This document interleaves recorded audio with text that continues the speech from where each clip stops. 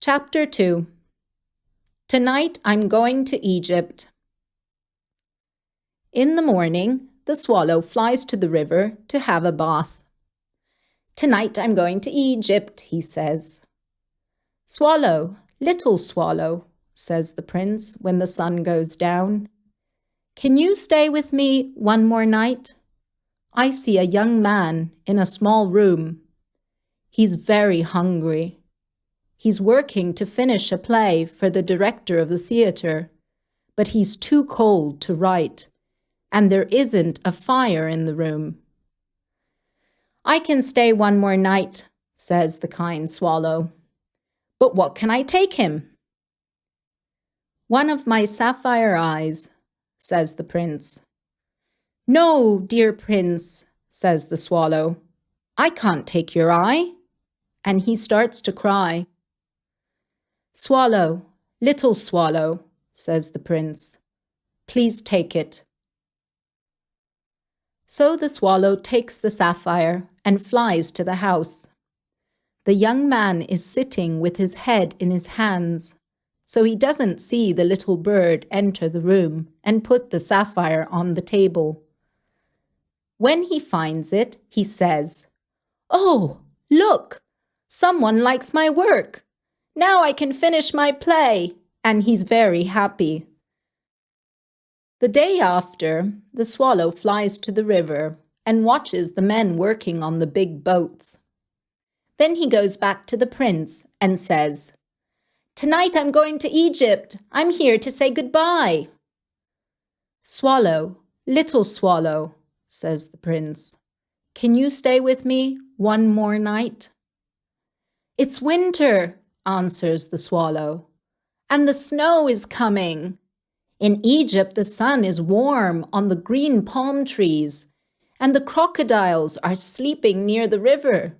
My friends are waiting for me."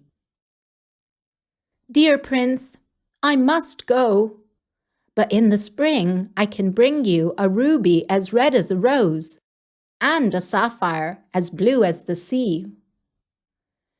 "In the square," says the happy prince, "there's a little match girl. She's crying. She hasn't got any shoes or socks, or a hat for her head. Take my second eye and give it to her." "I can stay with you one more night," says the swallow, "but I can't take out your eye. If you haven't got eyes, you can't see." "Swallow, little swallow," says the prince, "please take it." So he takes out the prince's second eye and flies down to the little girl. He puts the sapphire in her hands. She looks at it and says, "Oh, this glass is beautiful," and she runs home to show her father. Then the swallow comes back to the prince. "You can't see now," he says, "so I want to stay with you always." "No, little swallow," says the prince. "You must go to Egypt." "No, I want to stay," says the swallow. The day after, he stays with the prince and tells him stories about Egypt.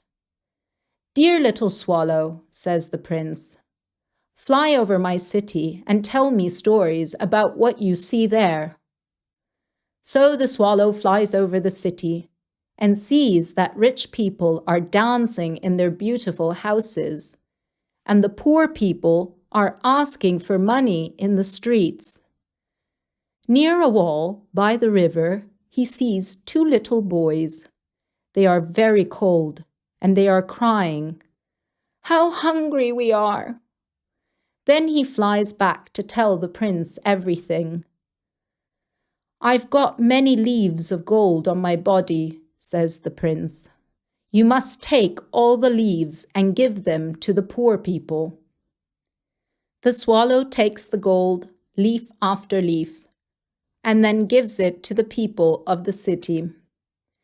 The happy prince is now very grey, but the poor children's faces are pinker, and they are happy and play games in the street. "We've got bread now," they say.